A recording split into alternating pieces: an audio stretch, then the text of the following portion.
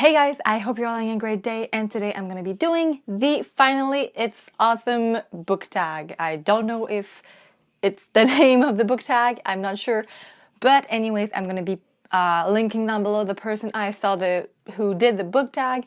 Her name is Chelsea, I believe, so her channel and the video will be down below. So the first question is, in fall the air is crisp and clear. Name a book with a vivid setting. For this question I have Shadow and Bone by Leigh Bardugo. This, not only Shadow and Bone, but the Grisha trilogy in general. It had such a vivid setting. I really loved it. For those who don't know what this book is about, it's basically in a fake world. That was the name I was searching. It's in a fake world, and you've got this kind of Vikings, Norway, Russia vibe where everything is really cold. A lot of the villages are really poor, but you have the capitals who are really rich, and everything is really detailed in it. Just look at this one here. I feel like it's a bit Russian, so I really enjoy that. It was really a vivid setup. Question number 2. Nature is beautiful, but also dying. Name a book that is beautifully written, but also deals with a heavy topic like loss or grief. I'm sure that a lot of people are gonna take The Fault in Our Stars for this one, but for me, I'm taking Looking for Alaska by John Green. Yes, the same author, but for me, this one is really my favorite book of all. It deals with death, yes, and it's from the point of view of this guy named Miles who falls in love with this girl named Alaska, but she is so secretive. She's really full of mysteries. You don't really know what's in her head. You don't really understand what she wants in life. They meet in a camp, right? It's in a boarding school, but this was so heartbreaking. I love this book so much. The way it was written, I really loved it. And yeah. Third question is, fall is back to school season. Share a non-fiction book that taught you something new. For this one, I recently read a book by Tony Hsieh. Sorry, I don't know how to pronounce his last name. It's about the creator of Zappos, the shoe industry. It's about his book, Delivering Happiness. The title in French is really way worse, but don't read this. It's about basically basically his childhood, how he became really an entrepreneur at a very young age, and how he really always wanted to do more and to always... Cat, what are you doing?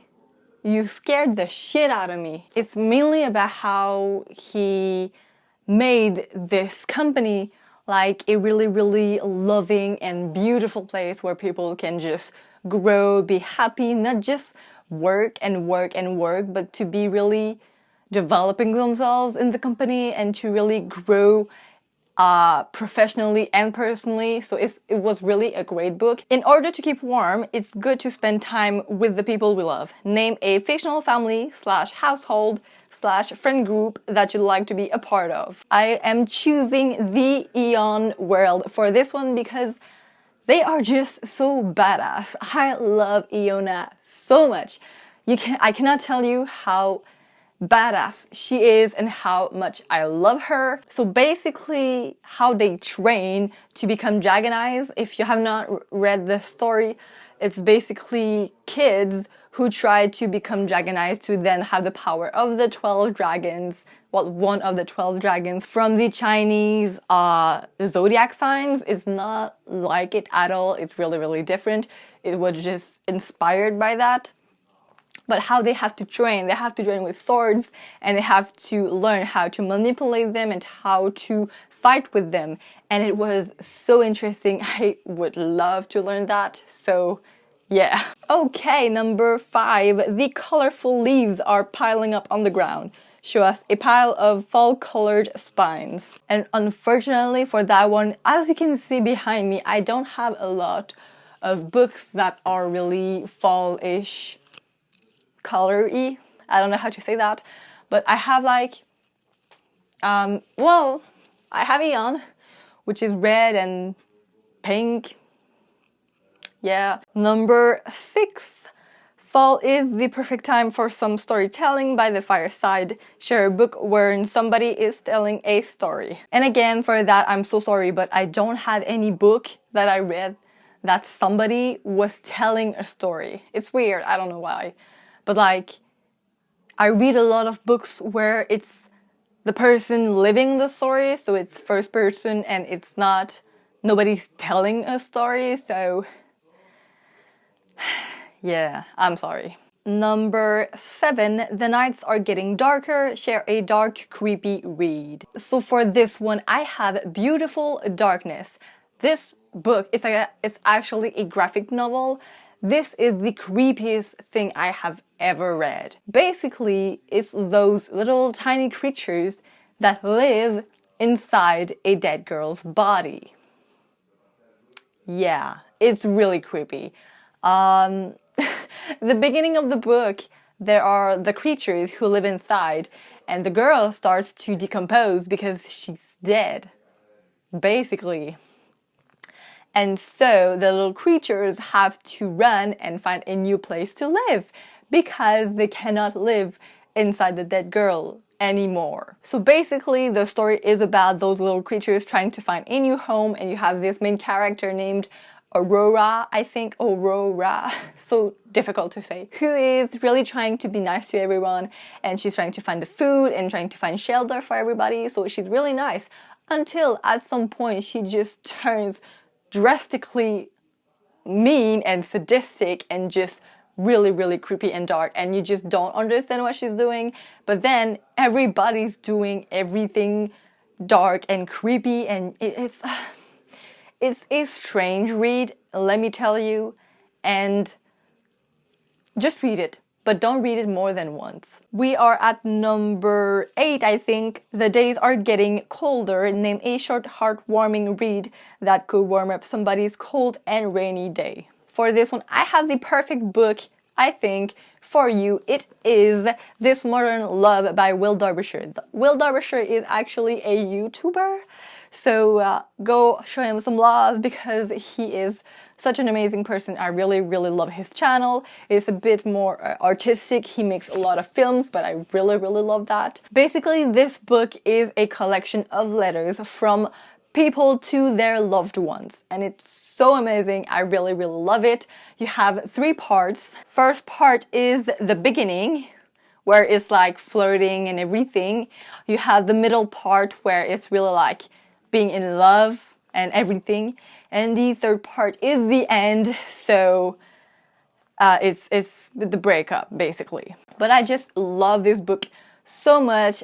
I was so happy when I read this book. It made me believe in love in a way that I could not express, so that was really, really nice. Number 9, fall returns every year. Name an old favorite that you'd like to return to soon. And for that one, I have the perfect book. I have Shadow Me by Tahereh Mafi.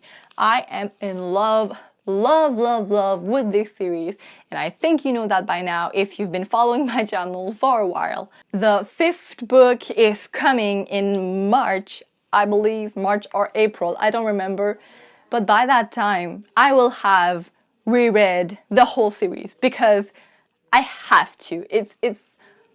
I have to. Number 10, fall is the perfect time for cozy reading nights. Share your favorite cozy reading accessories. I don't have it with me. It's really frustrating. It's a really, really big blanket. It's all white and it has faces of cats on it. But like not real faces, like drawings of faces of cats. And it's so beautiful and it's so fluffy and I love it so much. And lastly, number 11, spread the autumn appreciation and tag some people. I won't do that because I am not so much on YouTube anymore. Like I know I post videos like frequently. Well, I try to post them as frequently as I can, but I'm still not really, really active on the social media. So I'm not gonna tag anyone, but if you are watching this and you are a YouTuber, well, a booktuber, I'm tagging you. So you have no choice, you have to do it now. And put the link of your video in the comments, so I'm gonna be able to see it. So that was it, guys. I hope you really enjoyed, and I will see you next week with a new video. Goodbye. De la tierra morena, lindo, lindo, vienen bajando.